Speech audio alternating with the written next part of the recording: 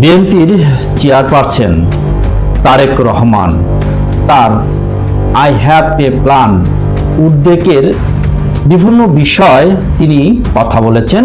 Chairman বাড়ি যে বনানীর মাঠ রয়েছে সেই মাঠে এক মত বিনিময় সভায় তিনি সেখানে ঢাকার যানজট পরিস্থিতি নিয়ে উদ্বেগ প্রকাশ করেছেন এবং বলেছেন রাজধানী থেকে বের হওয়া এখন যুদ্ধের মতো অবস্থা।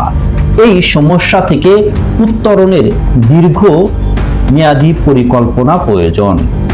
আর এই পরিকল্পনার কথা বলতে তিনি ঢাকা শহরে মনোরেলের কথা বলেছেন। তো দর্শক, আসলে এই যে মনোরেল, সেই মনোরেলটা বা কি, আজকে আমরা এই মনোরেল সম্পর্কে জানবো। ঢাকা শহরে মেট্রো রেল কিন্তু রয়েছে, সেই মেট্রো রেলকে কিন্তু আমরা জানি, কিন্তু মনোরেল যে রয়েছে সেই মনোরেলের কথা আমরা কতটুকু জানি সেই কথাই আজকে আমার এই ভিডিওতে জানবো। মনোরেলের ইতিহাস, মনোরেল কি, মনোরেলের সুবিধা অসুবিধা এবং মনোরেল কোন কোন দেশে ব্যবহার করা হচ্ছে। তো ভিডিওটি যদি ভালো লাগে তাহলে অবশ্যই আমার এই চ্যানেলের সাথে থাকবেন।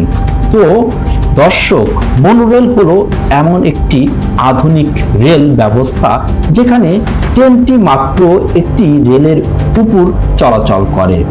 মনো অর্থ এক আর রেল অর্থ তো রেলই। সাধারণত রেলের মতো দুইটি লাইন নয়, মনোরেলে থাকে একটি উচ্চ কংক্রিট বা স্টিম বিম। এই রেলপথে সাধারণত মাটির উপরে রাস্তার উপর দিয়ে শহরের ভিতর দিয়ে নির্মাণ করা হয়।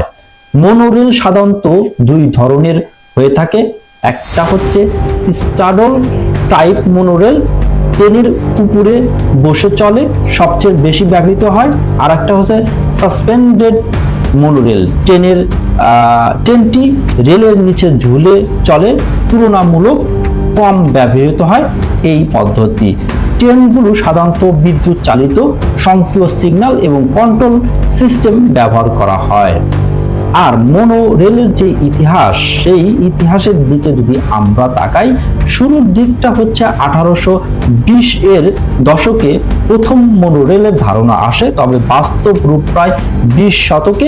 আর আধুনিক যুগের কথা যদি বলি তাহলে এই আধুনিক যুগে 1960 থেকে 70 দশকে জাপানে মনোরেল জনপ্রিয় করে তোলে এবং 1964-তে টোকিও অলিম্পিকের সময় টোকিও মনোরেল ব্যাপক পরিচিত পায়। এরপর উন্নত দেশগুলো শহরে যানজট কমাতে মনোরেলের দিকে ঝুঁকে পড়ে। এখন বর্তমানে কোন কোন দেশে মনোরেল ব্যবহৃত হয় সেটা যদি আমরা একটু দেখি তাহলে দেখা যায় জাপানের টোকিও ও ওসাকাতে মনোরেল ব্যবহৃত হয়। চীনে চকিং বিশ্বের সবচেয়ে বড় মনোরেল ব্যবহৃত হয়। মালয়েশিয়া কুয়ালালামপুর, থাইল্যান্ড, সৌদি আরব মক্কায় মনোরেল ব্যবহৃত হয়। মধ্যপ্রাচ্যের সংযুক্ত আরব আমিরাত, দুবাই, কাতার। আর এদিকে ইউরোপ, আমেরিকায়, জার্মানি উপরিতল মনোরেল অর্থাৎ ঝুলে যেটা ব্যবহৃত হয় সেটা কিন্তু উপরিতল মনোরেল ব্যবহৃত হয়। এবং যুক্তরাষ্ট্রে লাস ভেগাস এবং সিয়াটলে এই মনোরেল ব্যবহৃত হয়। বর্তমানে 30টির বেশি দেশে মনোরেল চালু এবং পরীক্ষামূলকভাবে ব্যবহৃত হচ্ছে। আর মনোরেলের যে সুবিধা সেটা হচ্ছে যানজট কমায়। মনোরেলের রাস্তার উপর দিয়ে চলে, তাই গাড়ির চাপ কম জায়গা লাগে। ভূগর্ভস্থ মেট্রোর তুলনায় নির্মাণ সহজ এবং জায়গা কম লাগে, এজন্য মনোরেল কিন্তু মানুষ ব্যবহার করে। পরিবেশ বান্ধব রয়েছে এই মনোরেল, বিদ্যুৎ চালিত, ধোঁয়া নেই, শব্দ দূষণ কম, নিরাপদ এবং আধুনিক, স্বয়ংক্রিয় নিয়ন্ত্রণ, দুর্ঘটনা ঝুঁকি কম। এই মনোরেলে শহরের সৌন্দর্য বাড়ায়। যারা পর্যটক রয়েছে সেই পর্যটকরা আকর্ষণ করে এই মনোরেল চড়ার জন্য বা মনোরেল দেখার জন্য। আর মনোরেলের কিছু সীমাবদ্ধতা কিন্তু রয়েছে, এটা নির্মাণ করতেও অনেক টাকা লাগে, অনেক ব্যয়বহুল এবং ধারণ ক্ষমতা সীমিত। অর্থাৎ মেট্রো রেলের ধারণ ক্ষমতা বেশি আর মেট্রোর তুলনায় যাত্রী বহন কম হয় এই মনোরেলের রুট। পরিবর্তন কঠিন, অর্থাৎ একবার নির্মাণ হলে পথ পরিবর্তন করা প্রায় অসম্ভব হয়ে যায়। আর জরুরি যে সময় অবস্থা হচ্ছে উচ্চতে যদি মেট্রো থাকে সেটাতে কাজ করাও একটু কঠিন হয়ে যায়। আর মনোরেল বনাম মেট্রো রেলের যদি আমরা যে কি বলে পার্থক্য করে দেখাই, তাহলে হচ্ছে উচ্চতা মনোরেল উচ্চতে ব্যবহৃত হয়, মেট্রো রেল ভূগর্ভস্থ হয় এবং উচ্চতে ব্যবহৃত হয়। খরচের দিক দিয়ে হচ্ছে মনোরেল খরচ করতে কম এবং মাঝারি বাজেট লাগে, আর মেট্রো রেল খুব বেশি পরিমাণ টাকা খরচ হয় তৈরিতে। যাত্রী পরিবহনে দেখা যায় মনোরেলে মাঝারি পরিমাণ যাত্রী ব্যবহৃত হয় এবং মেট্রো রেলে অনেক বেশি পরিমাণ যাত্রী ওঠানামা করে বা ব্যবহৃত হয়। আর এটা হচ্ছে মেট্রো রেলের যে হচ্ছে বড় মহানগরে ব্যবহার করা হয়, আর যে আমরা মনোরেল সেই মনোরেল মাঝারি শহরেও এটা গড়ে উঠেছে আমরা দেখতে পারি। তো ভবিষ্যতের যে মনোরেল এটা হচ্ছে যারা গবেষক রয়েছে তাদের মধ্যে স্মার্ট সিটি পরিকল্পনায় মনোরেল গুরুত্বপূর্ণ, মাঝারি শহরের জন্য আদর্শ, পরিবেশ বান্ধব পরিবহনের জন্য। তবে বড় শহরে এটি মেট্রোর বিকল্প নয়, বরং পরিপূরক ব্যবস্থা।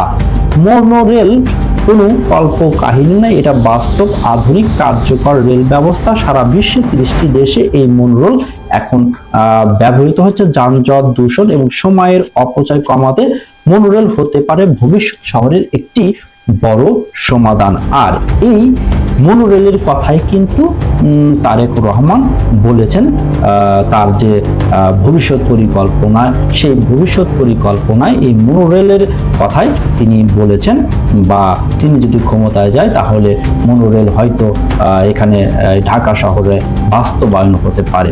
তো দর্শক, ভিডিওটি ভালো লাগলে লাইক দেবেন এবং আমাদের এই ঢাকা শহরে আসলে মনোরেলের দরকার আছে কি না, বা আপনারা কি এই মনোরেল ঢাকা শহরে দেখতে চান, যদি এরকম আপনারা ইচ্ছা প্রকাশ করেন, মতামত দিতে পারেন, তাহলে আমার এই ইউটিউব চ্যানেলে কমেন্টে আপনারা জানান এবং আধুনিক প্রযুক্তি, ইতিহাস ভিত্তিক এবং বাস্তব নির্ভর ভিডিও পেতে আমার এই চ্যানেলটি সাবস্ক্রাইব করবেন অবশ্যই সবাই। তো আজ এই পর্যন্তই, ভালো থাকুন, আবারও দেখা হবে, সে পর্যন্ত আল্লাহ হাফেজ, ধন্যবাদ সবাইকে।